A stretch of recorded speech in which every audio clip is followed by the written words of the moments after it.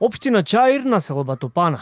Ова е секојдневната слика со која заспиваат и се будат жителите на улица Славе Планина, која се наоѓа на десетина метри од главна улица во општината. Оваа депонија не се наоѓа негде надвор од Скопје, туку на десетина метри од главна улица во Чаир во населбата Топана. Тука луѓето со месеци мора да дишат неподнослива смрдеа. Жителите кои живеат во близина се згрозени од ваквата слика. Велат се плашат за нивното здравје и здравјето на децата. Апелираат службите да им постават контейнери за да има каде да го фрлаат ѓубрето. Ова смет што гледаш позади нас веќе повеќе од 3 месеци. Се пожаливме во општина Чаир, пуштивме преку имејл, се јавивме телефонски. Човекот си кажува дека не е до него, дека е до град Скопје. Пуштевме емејл, се јавивме кај господјата Даниела Арсовска. Од таму нема никако абер. Не знаеме понатаму како да реагираме.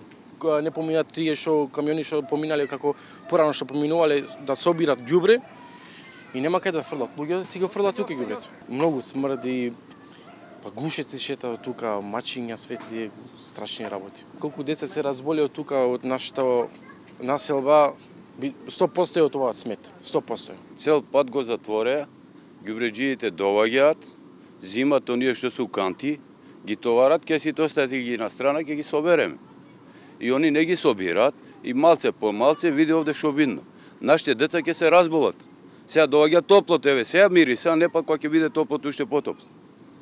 Ја ќе ги замолам да ги собираат ова и више да не се деши да стават канти. Од општина Сарај тврдат дека го чистат ѓубрето на улиците, додека пак од град Скопје прстот го вперуваат кон несовесните граѓани. Општина Чаир, иако нема надлежност по сопствена иницијатива, ангажира сезонски работници кои секојдневно ги чистат сите улици во нашата општина, со цел да обезбедиме почиста и попријатна средина за граѓаните.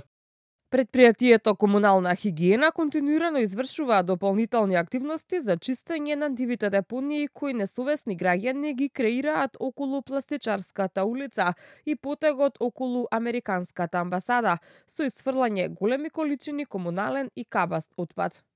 И покрај тврдењето на надлежните дека редовно чистат, состојбата на терен е повеќе од катастрофална. Таква е и сликата околу дворот на најстариот универзитет во земјава УКИМ. Автомобилските гуми и различниот вид на отпад на самата патека се потсетување колку како општество се грижиме за животната средина.